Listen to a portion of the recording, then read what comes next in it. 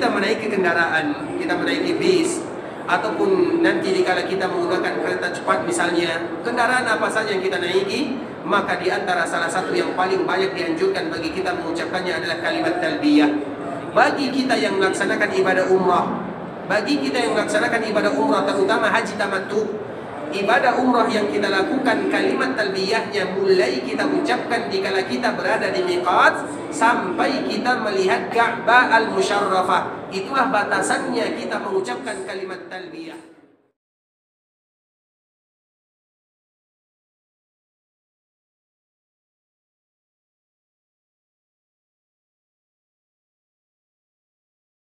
Di dalam hadis yang dikeluarkan oleh Imam At-Tabrani rahimahullahu taala dari ibunda kita Aisyah radhiyallahu taala anha, suatu ketika Aisyah ini melihat Nabi dalam keadaan bahagia. Kemudian Nabi memanfaatkan, atau ibunda kita Aisyah memanfaatkan kesempatan tersebut untuk meminta kepada suaminya, terutama dalam keadaan bahagia. Karena biasanya seseorang yang sedang bahagia, kalau ada yang meminta dengan mudah mereka akan memberikannya. Dan begitu juga dengan ibunda kita Aisyah, melihat Nabi dalam keadaan bahagia, dia meminta sesuatu kepada Rasulullah SAW. Tapi permintaan Aisyah ini berbeda. Ibunda Aisyah radhiyallahu taala anha, bayangannya adalah bagaimana dalam kehidupan akhirat nantinya. Kemudian dia datang kepada Nabi SAW sambil mengatakan, "Ya Rasulullah, ud'ullah li." Itulah permintaan ibunda kita Aisyah radhiyallahu taala anha. "Ya Rasulullah, doakan diriku." Padahal ibunda kita Aisyah bisa meminta yang lain kepada Nabi SAW, tapi itu merupakan permintaan seorang istri yang mana dia dinikahkan oleh Allah Subhanahu wa taala melalui perantara malaikat Jibril. Malaikat Jibril yang melihatkan dan yang memperlihatkan kepada Nabi, ini adalah istrimu. Maknanya betul-betul wanita yang dipilih oleh Allah untuk mendampingi Nabi SAW, sehingga kualitasnya, kualitas seorang wanita yang Allah memilihnya. Di antara salah satunya adalah dikala dia meminta kepada suaminya, yang dia minta adalah ud'ullah li, ya Rasulullah, doakan diriku. Kemudian tentunya Rasulullah SAW tidak akan pernah menolak permintaan istrinya. Maka Rasulullah SAW berdoa, "Ya Allah, ampunkan dosa Aisyah, ampunkan dosa yang pernah dia lakukan, dosa yang akan dia lakukan." Intinya Nabi SAW berdoa dengan doa yang indah. Kemudian setelah Nabi SAW berdoa kepada Allah, maka Nabi SAW melihat ibunda kita Aisyah dalam keadaan tersenyum bahagia, yaitu kebahagiaan Aisyah ini karena doa Nabi SAW. Kemudian Nabi SAW bertanya kepada Aisyah, "Ayasurruki du'ai?" Wahai Aisyah, apakah engkau bahagia dengan doa yang aku panjatkan kepada Allah untuk dirimu? Maka Aisyah tentu mengatakan, "Iya, aku bahagia, aku bangga, aku gembira." Kemudian apa kata Nabi SAW? "Doa yang aku panjatkan kepada Allah untuk dirimu, wahai Aisyah, itu jugalah doa yang aku panjatkan kepada Allah untuk umat-umatku." Maknanya Nabi SAW di dalam setiap harinya, tiada hari yang Nabi lewati melainkan di sana ada doa yang terindah kepada Ilahi untuk kita sebagai umatnya. Dan itu merupakan di antara bukti luar biasa bagaimana sayang dan cintanya Nabi kepada kita bersama. Nabi tidak pernah lupa kepada kita, ikhwatal Islam. Hanya kadang-kadang kita yang lupa kepada Nabi kita.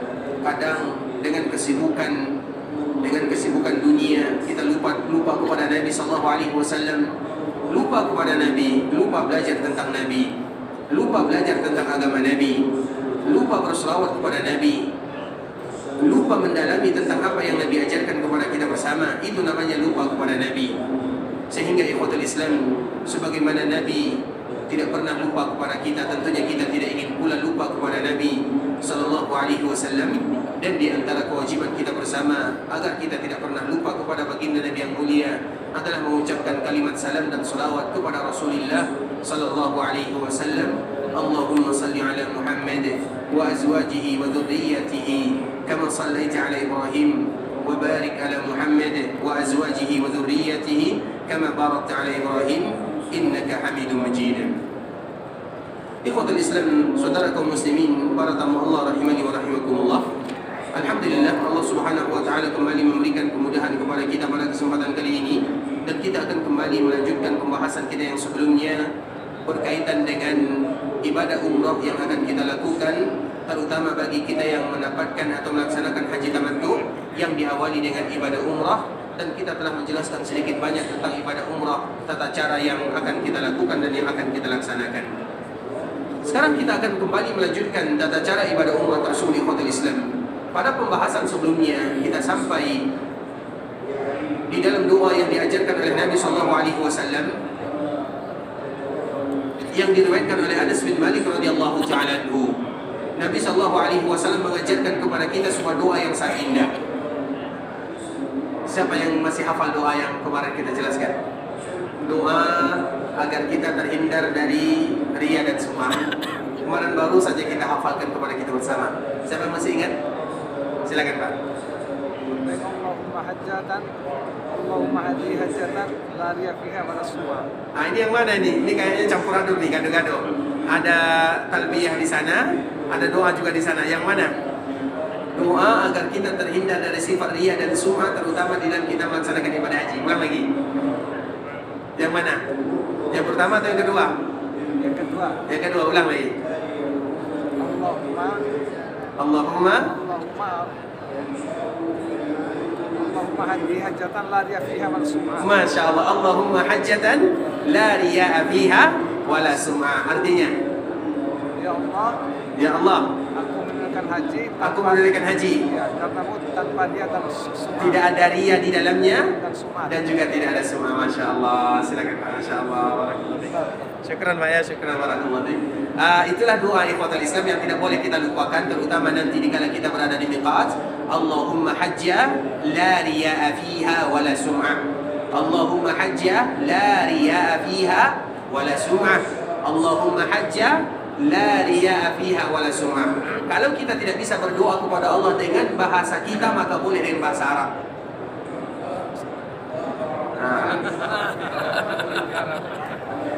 Terbalik ya. Kalau tidak bahasa kita, bahasa Arab, maka boleh dengan bahasa kita. Intinya ya kata Islam, tentunya doa tersebut adalah doa yang paling bagus untuk demi kesempurnaan ibadah yang akan kita lakukan. Dan jangan nanti kita lewatkan begitu saja. Makanya kita ulang agar kita tidak melewatkan dikala kita nanti sampai di miqat. Setelah kita mengucapkan labbaik Allahumma umratan, bagi kita yang tamattu, bagi kita yang qiran, labbaik Allahumma umratan wa hajja. Setelahnya kita berdoa kepada Allah, Allahumma hajja la riya'a fiha wa la sum'ah. Nabi saja berdoa, tentunya kita lebih pantas. Karena memang Nabi SAW berdoa, tujuannya adalah untuk mengajarkan kita, bukan karena Nabi butuh. Karena memang Nabi SAW sudah diberikan kedudukan yang luar biasa. Sebelum Nabi SAW lahir ikhwatul Islam, kunci surga itu memang sudah disediakan kepada Muhammad bin Abdullah. Makanya tapi Nabi SAW kenapa tetap melakukan yang demikian? Ingin mengajarkan kita agar kita tidak lupa, terutama dikala Allah berikan kesempatan yang indah ini. Dikala kita sampai di miqat, ingin melaksanakan ibadah haji dan umrah, maka ingatlah doa Nabi, Allahumma hajja la riya'a fiha wa la sum'ah. Allahumma hajja la riya'a fiha wa la sum'ah. Allahumma hajja la riya'a fiha wa la sum'ah.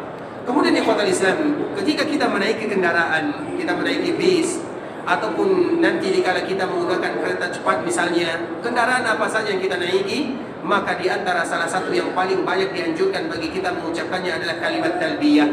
Bagi kita yang melaksanakan ibadah umrah, terutama haji tamattu, ibadah umrah yang kita lakukan, kalimat talbiyahnya mulai kita ucapkan dikala kita berada di miqat sampai kita melihat Ka'bah al-Musyarrafah. Itulah batasannya kita mengucapkan kalimat talbiyah. Tapi kalau seandainya ada di antara kita yang qiran, dia tidak berhaji tamattu, tapi dia berhaji qiran, maka ucapan talbiyah itu mulai dari dia sampai atau berada di miqat sampai nanti tanggal 10 Zulhijjah setelah dia melontar jamarat Aqabah, maka itulah waktu dia mengucapkan talbiyah. Bagi mereka yang ifrad sama dengan qiran, tapi bagi kita yang tamattu, bagi kita yang umrah terlebih dahulu, kemudian nanti kita tahallul, maka ucapan talbiyah akhirnya setelah kita melihat Ka'bah al-Musyarrafah, maka selesai kewajiban kita untuk mengucapkan kalimat talbiyah. Oleh karenanya kita lihat Abdullah bin Umar dulu, kalau orang-orang melakukan safar, itu kurang lebih mereka melakukan perjalanan 6-7 hari atau 8 hari lamanya. Dari Madinah menuju Mekah itu kurang lebih 450 kilo.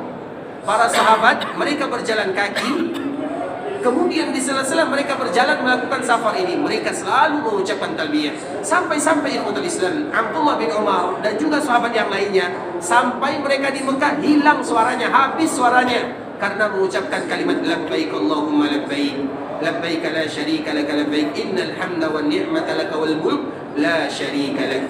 Kalimat talbiyah ini ikhwatul Islam adalah kalimat tauhid. Kalimat talbiyah ini ikhwatul Islam adalah kalimat kita mengakui.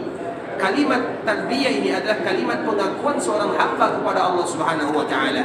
Labbaik Allahumma labbaik, ya Allah, kami menjawab seruanmu. Labbaik, kemudian kami menjawab seruanmu. Labbaik la syarika laka labbaik. Dikala kami menjawab seruanmu ya Allah, semata-mata hanya kami beribadah kepadamu, bukan untuk orang yang lain atau bukan untuk orang lain. Makanya ini ada ikatannya dengan kalimat Allahumma hajja la riya fiha wa la sum'ah. Ada hubungannya, karena di dalam kalimat talbiyah adalah kalimat di mana kita betul-betul mentauhidkan Allah Subhanahu wa taala. Labbaik la syarika laka labbaik, innal hamda wan ni'mata laka wal mulk. Sesungguhnya semua pujian, sesungguhnya semua bentuk nikmat, sesungguhnya semua bentuk kekuasaan laka, milikmu ya Allah, la syarika lak. Dan kami tidak pernah mensekutukannya dengan apapun. Maknanya ikhwatul Islam, ketika kita mengakui semua yang ada pada diri kami ini, nikmat yang kau berikan, kekuatan yang kau titipkan, harta yang kau berikan kepada kami, kesempatan yang kau hadiahkan, semuanya berasal darimu ya Allah. Tidak ada daya dan upaya milik kami, tidak ada satupun. Makanya kita selalu mengucapkan ikhwatul Islam sebuah kata, sebuah doa. Ini tambah lagi doanya ya. Tapi mesti bagi kita mengucapkannya agar kita sadar siapa diri kita yang sebenarnya. Allahumma inni atabarra'u min hawli wa quwwati wa altaji'u ila hawli wa quwwati. Terutama bagi doa ini, terutama bagi mereka-mereka yang sibuk dalam dunia perbisnikan, bisnis dalam dunia bisnis. Ini penting sekali ikhwatul Islam. Allahumma inni atabarra'u min hawli wa quwwati wa altaji'u ila hawlika wa quwwatik. Allahumma a'inni wa la tu'in alayya, wansurni wa la tansur alayya, wamkur li wa la tamkur alayya. Allahumma hdini wa yassiril huda li. Maknanya, karena artinya nanti bisa kita cari sendiri. Inti daripada doa ini ikhwatul Islam, ya Allah, aku berlepas diri dari semua kekuatan yang aku punya, dari semua harta yang ada pada diriku, karena sejatinya semua ini adalah milikmu. Dalam satu detik Allah bisa merubah, memutar manusia yang tadinya dari miskin menjadi kaya, yang tadinya dari kaya menjadi miskin. Mudah bagi Allah Azza wa Jalla. Makanya ada sebuah cerita yang sangat indah ikhwatul Islam. Biasanya Nabi SAW untuk memberikan motivasi kepada kita, Nabi selalu bercerita. Ceritanya tentang umat-umat sebelumnya. Nabi SAW menyebutkan, dulu ada umat sebelum kita memiliki 3 sifat, 3 orang dengan 3 sifat yang berbeda-beda. Yang satunya, dia adalah orang yang asla'. Asla' itu orang yang cacat rambutnya. Yang kedua, abros, orang yang kena penyakit kusta. Yang ketiga, a'ma, orang yang buta. Mereka ini sama-sama diuji oleh Allah Subhanahu wa taala. Kemudian Allah utus malaikat kepada mereka bertiga. Datang yang pertama kepada yang tadi rusak rambutnya. Kemudian dia datang, wahai fulan, apa yang kamu inginkan? Maka dia menjawab, yang aku inginkan rambut yang bagus, orang tidak lagi menghinaku, orang tidak lagi menganggap diriku sebagai orang yang terhina, yang lemah. Maka diberikan kepadanya rambut yang bagus, diberikan kepadanya kedudukan. Kemudian malaikat bertanya lagi, harta apa yang kamu inginkan? Maka orang ini mengatakan, aku paling suka unta. Diberikan kepadanya unta. Yang tadinya dia berada dalam keadaan yang paling di bawah secara finansial atau secara keduniaan, dirubah oleh Allah Subhanahu wa taala menjadi kaya raya dalam waktu yang sangat singkat saja. Mudah bagi Allah Azza wa Jalla. Kemudian datang lagi kepada orang kedua yang tadi kena penyakit kusta, sama. Apa yang kamu inginkan? Dia menjawab, yang aku inginkan adalah kulit yang bagus, biar orang tidak lagi menghinaku, orang memandang diriku. Kemudian diberikan oleh malaikat Allah Subhanahu wa taala. Dia sehat, dia terpandang. Kemudian diberikan kepadanya harta. Apa yang kamu suka? Dia mengatakan, yang paling aku suka adalah lembu, sapi, kerbau dan yang semisalnya. Sehingga diberikan kepadanya harta. Harta dia ini ikhwatul Islam, disebutkan oleh para ulama yang menafsirkan tentang masalah hadis ini. Unta yang dia punya di antara 2 lembah, di antara 2 lembah, di antara 2 bukit. Misalnya nanti kalau kita safar, kita lihat ada bukit di sini, ada bukit di sini. Kalau kita melihat keluar, biasanya orang mengembala kambing, onta biasanya di antara dua bukit. Nah, coba bayangkan kalau seandainya antara dua bukit tersebut penuh dengan onta, penuh dengan kerbau. Berapa jumlahnya? Harta yang tidak akan bisa bagi kita menghitungnya. Banyak sekali di antara dua bukit. Kemudian datang lagi kepada orang yang ketiga. Pertanyaannya sama. Dia buta. Kemudian malaikat bertanya, "Wahai fulan, apa yang kamu inginkan?" "Yang aku inginkan adalah agar Allah mengembalikan penglihatanku." Kemudian Allah kembalikan penglihatannya. Kemudian kembali ditanya, "Apa yang kamu inginkan?" Maka dia mengatakan, "Aku ingin kambing, domba, dan yang semisalnya." Sehingga tiga orang ini Islam menjadi kaya raya, kaya sekali. Kalau masalah cerita harta, orang-orang kita ini tidak ada bandingannya. Makanya orang-orang yang karena tidak mungkin yang diceritakan oleh Allah kecuali di sana yang betul-betul memiliki kekayaan yang luar biasa. Misalnya Qarun diceritakan oleh Allah, bukan sembarangan. Sampai sekarang kalau ada di antara kita yang mendapatkan harta, misalnya dia bertani, dapat harta, apa nama hartanya? Harta karun. Dinisbatkan kepada Qarun, maknanya Allah dan Nabi tidak pernah menceritakan kepada kita kecuali yang betul-betul kayanya, kaya yang luar biasa. Bukan kaya biasa, enggak, kaya yang luar biasa. Agar kita menjadi pelajaran. Kalau mereka demikian keadaannya, tentu kita mengambil pelajaran darinya. Kemudian ikhwatul Islam, apa yang terjadi? Setelah mereka ini kaya, menikmati kekayaan yang ada, malaikat yang tadi datang kepada mereka bertiga kembali lagi datang kepada mereka, tapi dalam bentuk rupa yang berbeza. Tadi dia datang dalam keadaan memberikan bantuan, sekarang dia datang dalam keadaan bentuk meminta. Malaikatnya itu juga, tapi gayanya berbeda. Pertama kali dia datang dalam keadaan memberi, sekarang dia datang dalam keadaan meminta. Seorang pengemis lah ibaratnya. Nah, malaikat ini ibarat orang yang sedang melakukan safar, usut masai, tidak terurus penampilannya. Bertemu dengan orang pertama yang tadi penyakit ada di kepalanya, kemudian dia sehat, menjadi orang kaya, menjadi orang terpandang. Maka malaikat datang kepadanya, "Wahai fulan, aku ini adalah orang yang sedang melakukan safar. Aku tidak bisa melanjutkan safar karena aku butuh kepada perbekalanku habis. Demi zat yang memberikan kepadamu kekayaan, maka berikan kepadaku sedikit daripada harta yang Allah titipkan. Kamu punya unta yang begitu banyak." Apa jawaban orang tadi? "Permintaanmu terlalu banyak. Permintaanmu terlalu banyak. Aku tidak bisa memberikan." Maka malaikat yang tadi berpura-pura menjadi orang yang safar, yang dalam perjalanan, yang meminta, mengatakan, "Wahai fulan, bukankah hartamu sangat banyak? Bukankah Allah berikan kepadamu harta yang berlimpah di antara dua bukit?" Apa kata orang tersebut? "Harta ini adalah karena warisan, karena nenek moyang, karena orang tuaku, karena usahaku, karena kepintaranku, karena ilmuku, karena kegigihanku." Dia lupa siapa memberikan harta kepadanya. Kemudian di ikhwatul Islam, apa kata malaikat tersebut? Kalau seandainya engkau berdusta dan engkau berbohong, maka Allah akan kembalikan kamu sebagaimana bentuk asalmu. Dan itu adalah doa malaikat di ikhwatul Islam. Malaikat apabila berdoa langsung dikabulkan oleh Allah Subhanahu wa taala. Apa yang terjadi? Ternyata dia berbohong.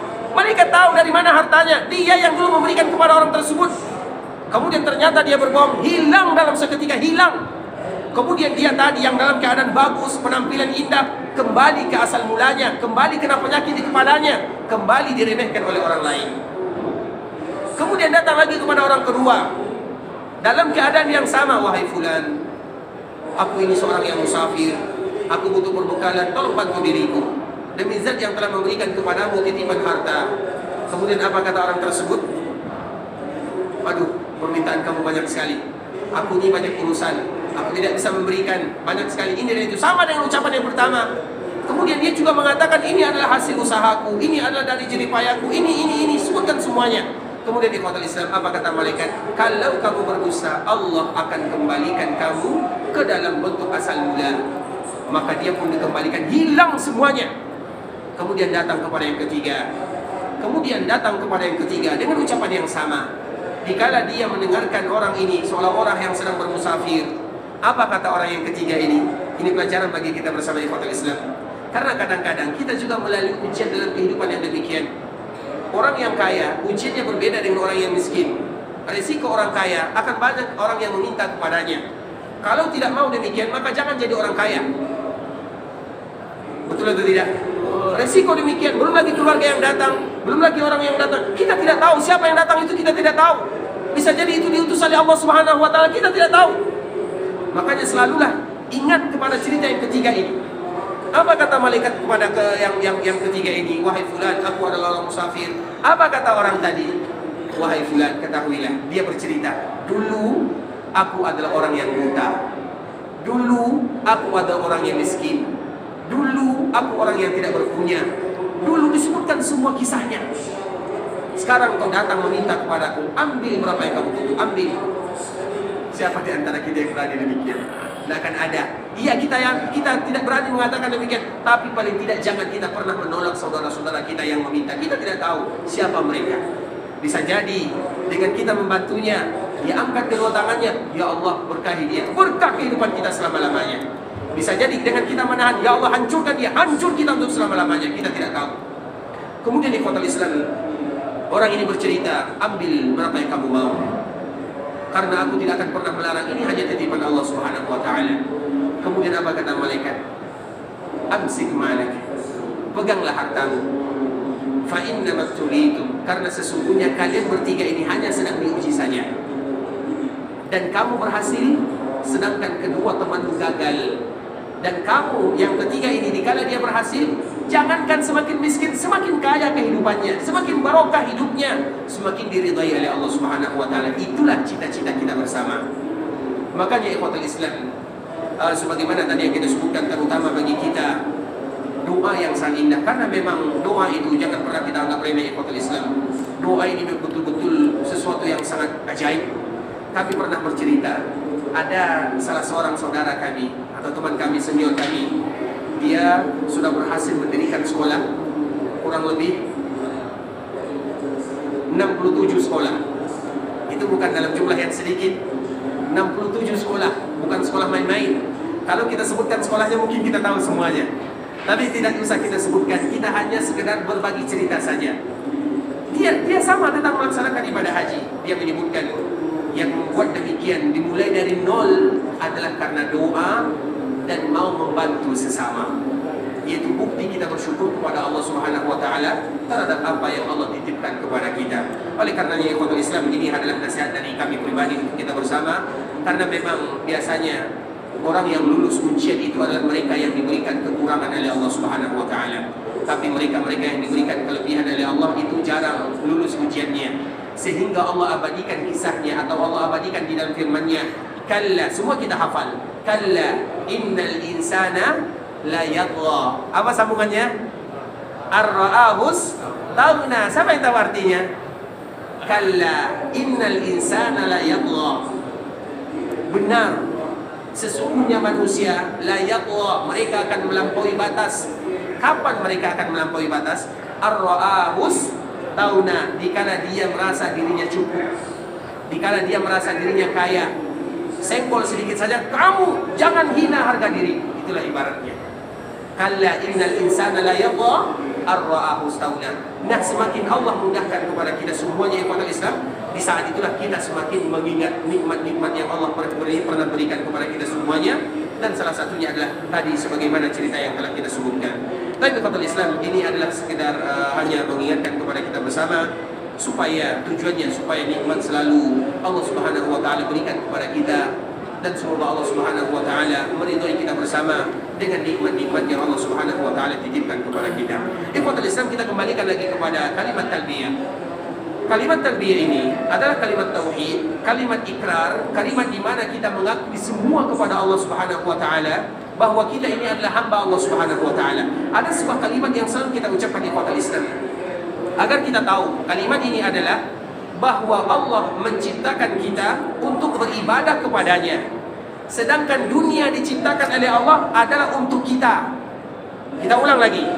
Allah ciptakan kita untuk beribadah kepadanya, dan Allah ciptakan dunia untuk kita. Maknanya ikhwatul Islam, jangan pernah kita menyibukkan diri dengan sesuatu yang betul-betul Allah ciptakan untuk kita.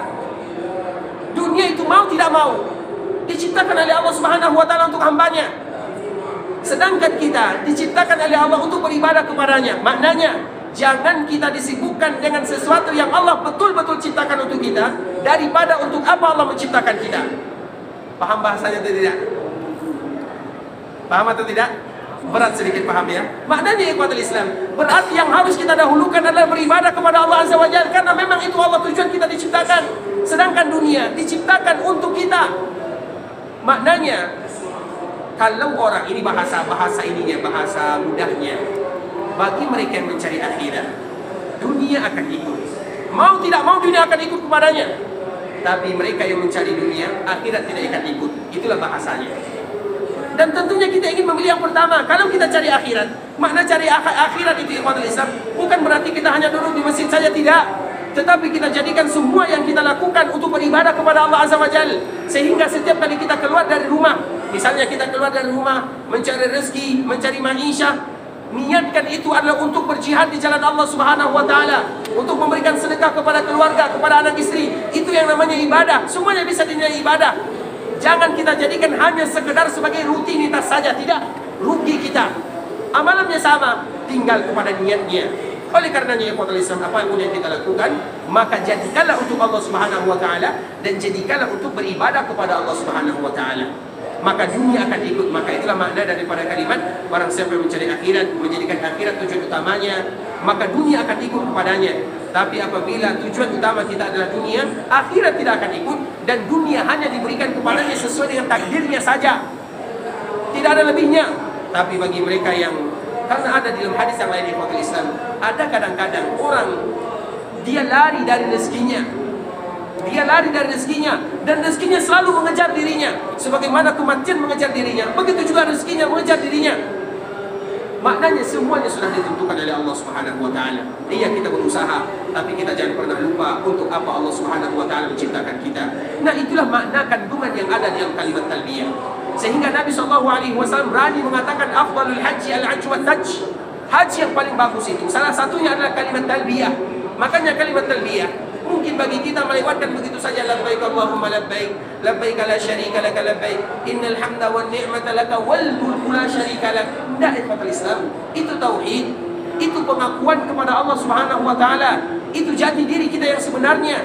Makanya bagi mereka yang mengucapkan kalimat talbiyah punya andil atau pahala yang luar biasa banyaknya. Tidak satu pun yang bersaksi.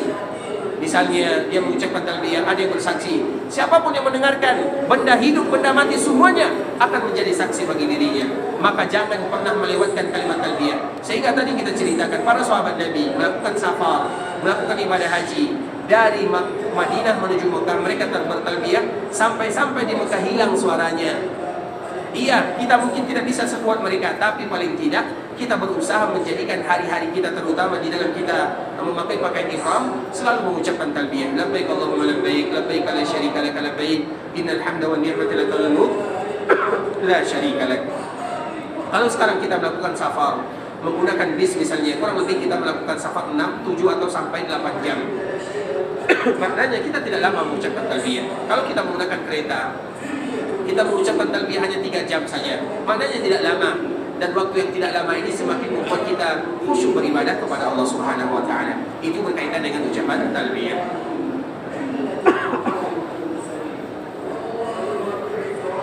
Ikhwatul Islam, kemudian selanjutnya apabila kita sudah sampai di Mekah, ini cerita kita ya, cerita kita melaksanakan ibadah.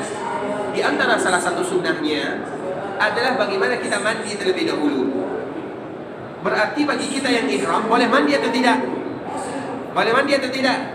Nah, ihram ini Pak Islam, apalagi di musim panas seperti ini, kalau ada orang yang mandi tidak menjadi masalah. Tapi bagaimana tata cara mandinya? Dia memakai pakaian ihram dengan menggunakan ihram atau tanpa menggunakan ihram atau bagaimana?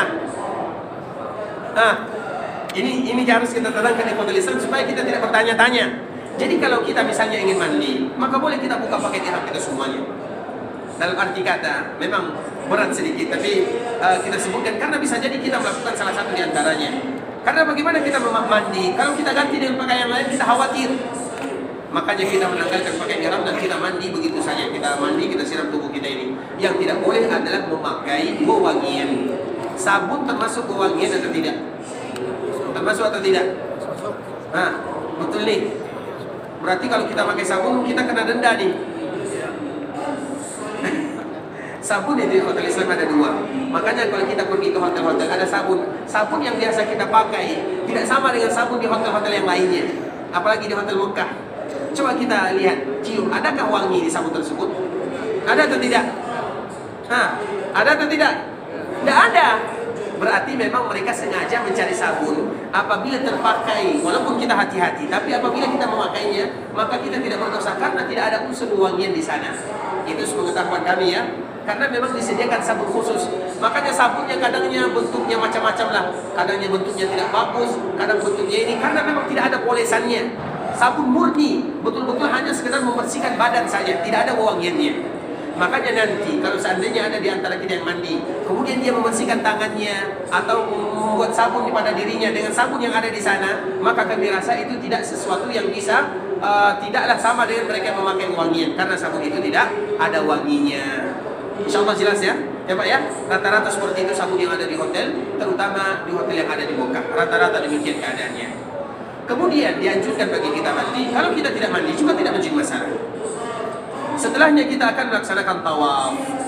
Nah, tawaf ini ikhwatul Islam, kalau Nabi SAW dikala mengawali tawaf, maka Nabi SAW mencium Hajar Aswad terlebih dahulu. Hajar Aswad itu ikhwatul Islam adalah batu yang berasal dari surga, yang awal mulanya turun dikala Nabi Ibrahim membangun Ka'bah. Jadi dulu ketika Nabi Ibrahim membangun Ka'bah, tinggal satu potongan besar. Jadi Hajar Aswad itu adalah batu yang besar batunya. Tapi yang tersisa sekarang tinggal sedikit. Karena dulu ada orang yang menghancurkan Ka'bah, ada orang yang menghancurkan Hajar Aswad, kemudian mereka bawa pulang. Sehingga ada sejarahnya Ka'bah itu 20 tahun lamanya tidak ada Hajar Aswad di sana. Kurang lebih kejadiannya terjadi pada tahun 317 Hijriah. Jadi Hajar Aswad ini dibawa ke sebuah daerah yang bernama Ahsa. Ahsa itu sekarang adalah daerah Bahrain. Dulu mereka adalah orang-orang yang menyakiti kaum muslimin, bahkan menyakiti Ka'bah Musyarrafah. Dihancurkan Ka'bah, kemudian dicongkel Hajar Aswadnya, dibawa ke sana. 20 tahun lamanya Ka'bah tidak ada Hajar Aswad. Tapi kenapa mereka mengembalikan Hajar Aswad tersebut? Karena selama Hajar Aswad itu ada pada diri mereka, mereka merasakan sakit-sakitan selama 20 tahun lamanya. Karena tidak mungkin Ka'bah dengan Hajar Aswad dua hal yang tidak berpisah. Makanya kalau ada orang yang mencuri Hajar Aswad, silahkan, tapi tanggung resikonya. Sebagaimana yang dilakukan oleh orang-orang sana, 20 tahun mereka mengambilnya, iya. Tapi selama 20 tahun itulah mereka, rakyatnya, masyarakatnya berada dalam keadaan sakit-sakitan. Kemudian setelah 20 tahun lamanya, mereka menyebutkan yang menyebabkan kita demikian adalah Hajar Aswad. Akhirnya mereka kembalikan Hajar Aswad, bukan dalam kepingan yang utuh, karena sudah dihancurkan sehingga tinggal sedikit. Jadi Hajar Aswad itu besar sekali, warnanya putih, sebagaimana putihnya salju. Itulah Hajar Aswad, diturunkan oleh Allah Azza wa Jalla, bentuknya putih indah sekali. Tapi kenapa dia berubah menjadi hitam? Karena tentunya karena kesalahan kita sebagai hamba Allah Subhanahu wa taala, maka kita kenal dengan yang namanya Hajar Aswad, batu yang hitam. Sebenarnya namanya adalah Hajar Abyad, batu yang putih. Tapi karena berlalunya zaman, karena kesalahan yang dilakukan oleh anak Adam, maka dia berubah menjadi hitam. Terlepas daripada itu semua, ikhwatul Islam, Hajar Aswad ini nanti, Hajar Aswad itu adalah benda langit yang diturunkan oleh Allah ke bumi. Sama dengan Raudhah yang kita bergantian, kita antrian untuk masuk ke dalamnya. Salah satu penafsiran para ulama, kenapa Raudhah itu disebut dengan Raudhah, taman di antara taman-taman surga? Karena Raudhah itu adalah benda langit yang Allah turunkan ke bumi, sehingga kita rela antrian untuk masuk ke dalamnya.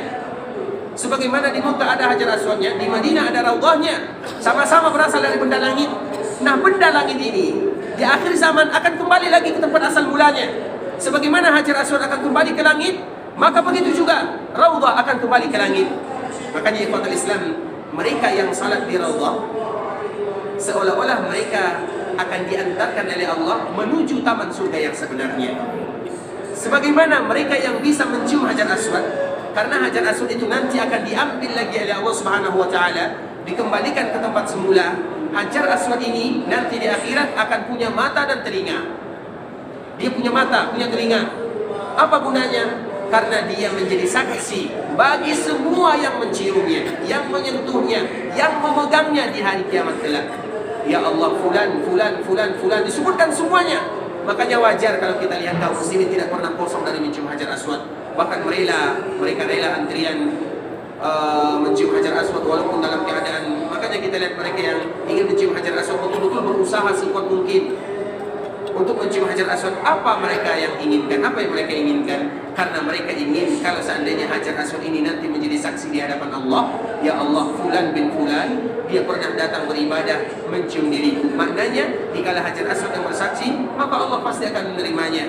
Kemudian dengan itulah Allah akan memudahkan langkahnya menuju surga Allah Subhanahu wa taala. Makanya ikhwatul Islam, kalau bisa, walaupun tidak dianjurkan, tidak diwajibkan, tapi dianjurkan, kalau bisa bagi kita mencium Hajar Aswad, maka lakukanlah.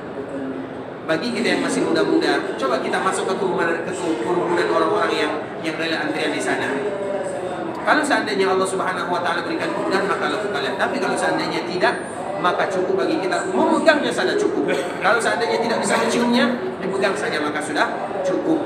Tapi kalau juga tidak bisa, maka itulah yang semua kita lakukan dengan memberikan isyarat.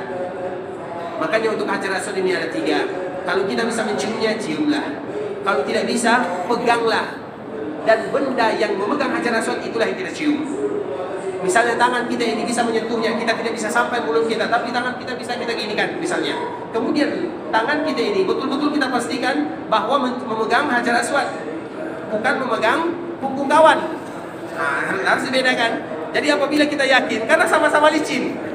Nah, apabila kita memastikan kita memegang Hajar Aswad, cium tangan yang memegang tersebut. Kalau juga tidak bisa, berikan isyarat. Itulah 3 yang harus kita lakukan terhadap Hajar Aswad. Berarti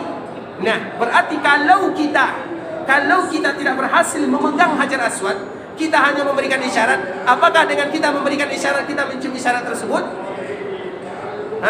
Iya atau tidak? Kita cium atau tidak? Misalnya kita masuk ingin tawaf, kita yakin kita tidak mungkin bisa menciumnya, kita hanya bisa memegang atau memberikan isyarat saja. Nah, dikala kita memberikan isyarat, kita cium atau tidak? Allah, Bismillah, Allahu Akbar. Dilakukan seperti itu atau tidak? Karena ini dilakukan apabila tangan kita ini menyentuh Hajar Aswad. Kalau tidak menyentuh, maka tidak dilakukan. Atau yang lain, kalau seandainya tangan kita tidak menyentuh, apapun yang menyentuh, misalnya kita bawa tongkat misalnya, atau bawa alat misalnya. Karena Nabi SAW, dikala dia tawaf, kadang Nabi tidak menciumnya, tapi Nabi menyentuh Hajar Aswad bukan dengan tangannya, dengan tongkatnya. Kemudian Nabi cium tongkatnya. Nah, kalau seandainya ada kita membawa sesuatu menyentuh Hajar Aswad, maka kita sentuh atau kita cium sesuatu yang tadi menyentuh.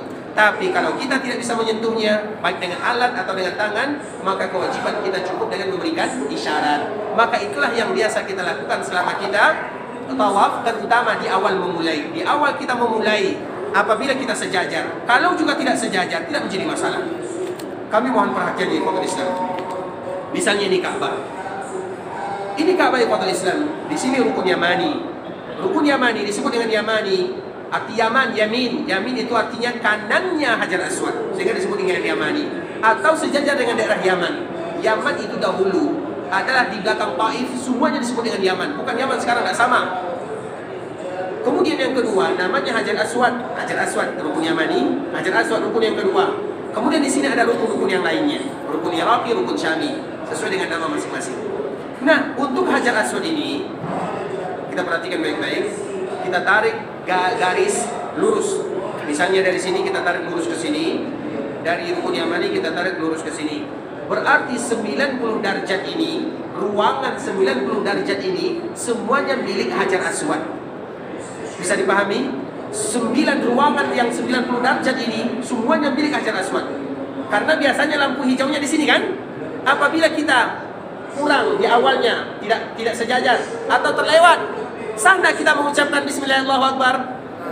Karena ruangan semua ini adalah milik Hajar Aswad. Jadi tidak mesti pas. Kalau pas, alhamdulillah. Kalau tidak pas, agak lebih awal atau lebih terakhir, maka sama semuanya. Karena itu semuanya milik, ruangan milik Hajar Aswad. Kemudian di awal kita memulai, disunnahkan bagi kita mengucapkan Bismillah. Bismillahi Allahu Akbar. Bismillahi Allahu Akbar. Kemudian nanti kita mulai bertawaf. Nah, dikala kita bertawaf ini, ikhwatul Islam, ini yang perlu kita hadirkan. Karena di tawaf itu, kalau kita tawaf dalam keadaan diam saja, misalnya ada di antara kita bertawaf diam saja, sah tawafnya atau tidak? Karena tidak ada kewajiban khusus dikala kita bertawaf. Bahkan doa-doa khusus pun tidak ada. Kalau seandainya ada di antara kita yang tidak hafal doa, kecuali satu kata saja, Allahumma ufirli, ya Allah ampunkan dosaku, kemudian dia bertawaf, Allahumma ufirli, maka sudah cukup baginya, kafata, cukup baginya untuk mengucapkan yang demikian. Maknanya apa yang diinginkan dari tawaf? Yang diinginkan dari tawaf itu adalah bagaimana kita menghayati. Sehingga jangan sampai ada di antara kita yang tawaf tidak meneteskan air mata, tidak menghayati dosa-dosanya, tidak mengingat keluarganya. Jangan sampai hati kita itu keras. Karena di antara bentuk hati kita lembut, di antara bentuk hati seseorang itu lembut di kota Islam, maka mudah bagi dia meneteskan air mata. Terutama dalam rangka ibadah tawaf di samping Ka'bah al-Musharrafah. Sehingga dikala kita tawaf, yang harus ditekankan kepada kita adalah penghayatannya. Penghayatan kita lihat Ka'bah sambil bertawaf, ya Allah ini rumahmu yang pertama kali. Kita bayangkan dulu Nabi Ibrahim membangunnya. Kemudian kita bayangkan Nabi Muhammad SAW. Disinilah Nabi diusir, disinilah Nabi berjuang, disinilah kita semua bayangkan. Kemudian kita berdoa, ya Allah saya ini adalah hamba-Mu yang lemah. Saya berasal dari ini, saya orang yang fakir. Kemudian Engkau berikan. Ya Allah ampunkan dosaku, mudahkan urusanku. Jadi bagaimana kita menghayati tawaf tersebut? Makanya ikhwatul Islam, ini anjuran kami pribadi. Tidak salah, biasanya kita memegang buku, ada buku panduan kan? Buku panduan terutama dalam setiap tawaf, ya kan? Tawaf pertama ada bacaan ini, tawaf kedua ada bacaan itu, kita tidak menyalahkan. Tapi, kalau seandainya kita demikian tawaf, fokus dengan bacaan, apakah bisa bagi kita menghayatinya? Bisa tidak kita menghayatinya atau tidak? Sulit bagi kita menggabungkan. Ada yang bisa, tapi sulit sekali. Ma ja'alallahu li rajulin min qalbayni fi jawfi. Allah itu tidak bisa menjadikan dalam hati kita itu dua amalan sekaligus. Menghayati dengan membaca sulit digabungkan. Makanya antara orang yang membaca Quran dengan orang yang mendengarkan Al-Quran, mana yang lebih kuat penghayatannya? Membaca atau yang mendengarkan? Mendengarkan. Itulah yang disebutkan oleh Allah Subhanahu wa taala. Innamal mu'minuna alladhina idza dzukirallah wajilat qulubuhum wa idza tuliyat alaihim ayatu zadatuhum imana. Apabila dibacakan, bukan mereka yang membaca. Apabila dibacakan kepada mereka ayat-ayat Allah, mereka bertambah keimanannya. Karena sulit bagi kita menggabungkan dua hal. Apabila kita fokus, ini mohon maaf ya, ini terpaksa kami sampaikan. Apabila kita fokus membaca tersebut, yang pertama kita sibuk dengan membaca. Kadang-kadang kita lupa bahwa ternyata kita sudah selesai tawafnya, tapi penghayatannya tidak ada. Kita tidak mau melewatkan demikian. Tapi kalau kita bisa menghayati sambil membaca silahkan. Tapi harus kita memilih. Karena yang dibutuhkan di dalam tawaf itu adalah penghayatan. Agar kita semakin bersyukur. Karena memang tidak ditekankan. Kecuali kalau seandainya betul-betul ditekankan kepada kita membaca doa. Karena doa-doa ditekankan pada waktunya dan pada tempatnya. Jelas sampai sini ikhwatul Islam. Kalau kita bisa gabungkan. Tapi kami rasa tidak ada di antara kita yang bisa menggabungkan. Sulit bagi kita menghayati. Makanya cukup jika kita tawaf, kita berdoa dengan doa yang bisa kita menghayatinya. Kita ingat sejarah kita yang dulu. Ya Allah, aku ini hamba-Mu yang banyak dosa. Ya Allah, aku ini adalah hamba-Mu yang penuh dengan kesalahan, kesilapan. Ya Allah, tutupi aibku, ampunkan dosaku, mudahkan urusanku, mudahkan langkahku menuju surga-Mu ya Allah. Jangan jadikan hatiku hati yang hitam. Ya Allah, berikan ampunan kepadaku. Semuanya itu yang kita ucapkan di kota Islam. Sama kaidah yang tadi kita sebutkan. Kalau kita tidak bisa berdoa dengan bahasa Indonesia, maka dengan bahasa, atau sebaliknya, kalau kita tidak bisa maka dengan bahasa yang kita hafal, bahasa daerah kita pun tidak menjadi masalah. Tapi yang dibutuhkan adalah menghayatinya. Bagaimana supaya kita bisa meneteskan air mata di sana? Itu yang kita inginkan. Insya Allah paham sampai di situ ya. Oleh karenanya ikhwatul Islam, karena berbeda. Jika kita tawaf, memang ada sebuah hadis yang dhaif ikhwatul Islam. Kami menyebutkan dhaif, hadis yang lemah. Tapi bisa kita jadikan makna bahwa melihat Ka'bah itu adalah bagian daripada ibadah. Karena dikala kita melihat Ka'bah, kalau kita melihat Ka'bah, apa yang kita bayangkan? Semua memori pengetahuan kita tentang Ka'bah akan muncul. Sehingga dengan munculnya memori tersebut, mudah bagi kita menghayatinya, jatuh di hati kita, maka disitulah kita akan mengingat kebesaran Allah kepada diri kita sebelum kebesaran Allah kepada alam semesta. Maka itulah mudah bagi kita untuk meneteskan air mata. Indah sekali ikhwatul Islam. Beribadah sambil meneteskan air mata, indah sekali. Tapi kalau kita fokus dengan yang lainnya, maka sulit bagi kita untuk menggabungkannya. Maka itulah anjuran kami bersama. Jangan salahkan kami ya, bukan salah. tapi tujuan kita adalah betul-betul menghayati daripada ibadah itu sendiri. Kemudian setelah kita tawaf, tawaf sebagaimana yang kemarin kita sebutkan, al-ittiba dan ramal. Ittiba itu membuka lengan kita yang bagian kanan, itu sunnah. Kemudian ramal berlari-lari kecil dengan memendekkan kaki atau memendekkan langkah kaki. Kalau tidak bisa, kemudian juga digoyang-goyangkan bahu, itu namanya ramal.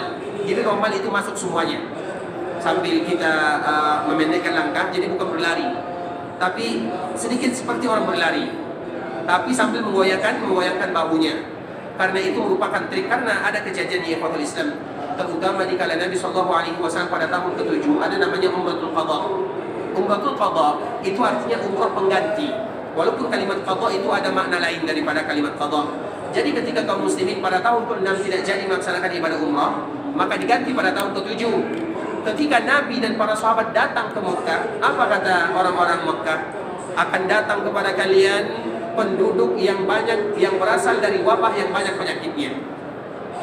Maknanya dari Madinah, karena Madinah itu adalah kota yang banyak wabah penyakitnya. Madinah itu sarang penyakit. Maknanya berarti apabila sarang penyakit dan itu yang tersebar, penghinaan. Makanya Nabi SAW pertama kali sampai di Madinah, apa doa Nabi? Nabi berdoa, ya Allah, angkat wabah yang ada di sini. Karena betul wabah yang betul-betul luar biasa. Nabi berdoa, ya Allah, angkat wabah ini, pindahkan ke sebuah tempat yang bernama Juhfah. Nanti kalau kita melakukan safar dari Madinah ke Mekah, hampir sampai di Mekah, maka kita akan menemukan sebuah lokasi namanya Juhfah. Nah, disitulah Nabi meminta agar pindah wabah tersebut. Makanya kita tidak boleh lama-lama di sana. Kemudian apa doa Nabi setelahnya? Allahumma habbib ilaina al-Madinah kahubbina Makkah aw ashad. Ya Allah, tanamkan kecintaan kami terhadap kota Madinah sebagaimana kami cinta Makkah, atau cinta kami terhadap Madinah lebih lagi cinta kami terhadap Makkah. Alasan daripada doa ini karena Madinah daerah yang tidak ingin orang tinggal di dalamnya. Wabah penyakit terkenal di mana-mana. Bahkan sampai tahun ke-7 Hijriah pun, dikala Nabi ingin melakukan ibadah umrah bersama kaum muslimin yang berasal dari Ansar, maka apa kata orang-orang musyrikun yang ada di sana? Ayo minggir. Akan datang kepada kalian orang yang lemah, yang dilemahkan karena wabah. Tentunya Nabi diberitahukan oleh malaikat ucapan orang tersebut. Maka Nabi memerintahkan membuka lengan yang bagian kanan, kemudian berlari-lari. Ternyata kaum muslimin tidaklah orang-orang yang lemah. Mereka adalah orang-orang yang kuat. Ikhwatul Islam, tanpa terasa waktu kita tinggal beberapa menit lagi, karena ada beberapa pertanyaan yang mungkin ada di antara kita yang menanyakan. Semoga Allah Subhanahu wa taala memberikan manfaat, dan insyaallah kalau ada waktu kita kembali menyambung pembahasan kita ini keesokan hari insyaallah taala. Baik, kalau ada di antara kita yang bertanya, silakan. Sebelumnya pertanyaan yang dipakai kemarin Pak ya. Silakan. Di dalam berihram, ikhwatul Islam, bagi perempuan, bagi wanita, terutama masalah cadar itu para ulama berbeda. Yang mengatakan wajib silakan, yang mengatakan sunnah juga silakan. Tapi di antara larangan ihram, wanita tidak boleh memakai cadar dan tidak boleh memakai sarung tangan. Itu larangan dari Nabi SAW. Nah, bagi mereka yang mengatakan cadar itu dilakukan atau dianjurkan bagi mereka, terutama bagi mereka yang memerintahkan keluarganya pakai cadar, tidak boleh pakai cadar, tapi pakai tutup bagian depan. Jadi ada biasanya dia tidak cadar, dia hanya sedang ditutupkan. Jadi jilbab wanita itu banyak macamnya, kami tidak tahu. Jadi ada yang ditutupkan seperti itu, ya. Jadi bukan diikatkan seperti ini. Insyaallah bisa jelas ya. Baik, silakan. Kalau untuk apa namanya, kita boleh pakai pakaian di badan. Baik. Di dalam kita melaksanakan pakaian ihram, di dalam atau bukan di dalamnya, sebelum kita memakai pakaian ihram, apakah boleh bagi kita memakai wangian? Boleh dan tidak boleh. Boleh di badan, tidak boleh di pakaian. Boleh di badan, misalnya deodoran misalnya. Boleh kita pakai sebelum kita sampai di miqat? Boleh atau tidak? Boleh. Atau parfum ini kita pakaikan di badan kita ini misalnya. Boleh atau tidak? Boleh. Kenapa boleh? Karena wewangian yang ada di badan bertahannya cuma 1 jam saja. Keluar kita hilang semuanya. Tapi kalau di pakaian itu lengket. Makanya boleh di badan sebelum ihram, tidak boleh di pakaian. Walaupun sebelum ihram, pakaian juga tidak boleh. Tapi di badan boleh. Jelas Pak ya? Baik, yang lain. Kita dahulukan yang tua ya. Silakan Pak. Apakah antara setelah umrah dengan hari tarbiyah itu tetap talbiyah Ustaz? Nah, bagi kita yang haji tamattu umrah selesai cukur rambutnya, sampai menunggu tanggal 8 Dzulhijjah, maka tidak dianjurkan talbiyah, tapi dianjurkan bertakbir. Karena itu termasuk ke dalam kategori di hari awal-awal Dzulhijjah. Semua amalan dan amalan yang paling bagus adalah kalimat Allahu Akbar, Allahu Akbar, Allahu Akbar. Ya Pak ya? Baik, silakan Pak. Salam. Bekerja kan, bekerja suatu airline, terbang di Jeddah. Selama ini kalau rekodnya selalu dibawa ke Masjid Aisyah. Iya. Itu gimana ya Ustaz? Kesehatan. Baik. Bagi kita yang ingin ke Mekah dan kita tahu niat kita itu pasti jauh-jauh hari. Ya tidak? Niat kita itu pasti jauh-jauh hari. Tidak boleh kita melewati miqat bagi yang ingin haji dan umrah kecuali dalam keadaan ihram. Itu kaedahnya. Siapapun kita yang melewati miqat dengan tujuan, misalnya kami ingin pergi ke Jeddah, kami pribadi yang berasal dari Madinah, tapi kami ingin ihram nantinya atau ingin umrah. Nah, dikala kami ke Jeddah, kami harus melewati miqat Dzulhuleifah ini dalam keadaan ihram. Karena tujuan kami sudah pasti ke Mekah.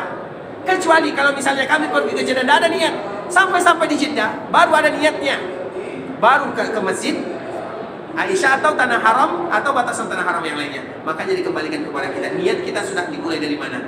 Pasti dari daerah, pasti dari daerah kita. Maka kalau kita melewati miqat tanpa kita berihram, maka kita untuk mengambil jalan kehati-hatian bayar denda, bayar dam. Iya, ada fatwa yang lainnya, tapi fatwa yang kami fatwakan ini adalah demi kehati-hatian dan kesempurnaan. Karena dalam ibadah kita harus mencari yang terhati-hati, terutama ibadah yang mulia. Ya Pak ya? Masih bayar dam. Denda, dam. Walaupun niatnya dari Jakarta. Iya. Karena bayar dendanya harus di Mekah. Kalau tidak bisa bayar sekarang, nanti kalau dia pulang sudah ada rezeki misalnya, bayar kirimkan di Mekah untuk bayar denda. Dan itu sama dengan sedekah. Denda itu sama dengan sedekah kepada orang-orang fakir dan miskin. Baik, sama dari kita, silakan. Sakit. Iya. Kamu ihram, maka boleh memakai alat bantu seperti kram yang menembak badan. Pakai apa dia? Alat bantu seperti strap menembak badan yang mendekat. Oh, yang ini supaya ada. Iya. Baik. Kalau demikian untuk kesehatan, maka kita tidak menjadi masalah. Misalnya ada yang sakit kakinya, kemudian biasanya diikat-ikat kan? Biasanya kaki atau karena di sini, padahal dalam keadaan ihram, maka dia tidak berdosa dan tidak kena denda. Jelas ya? Semoga Allah berikan kesehatan Pak ya. Allah sehatkan, Allah mudahkan, Allah lancarkan, Allah panjangkan umur dalam selalu beribadah kepada Allah Subhanahu wa taala. Pertanyaan terakhir ada? Tanya Fatul Islam. Silakan Pak.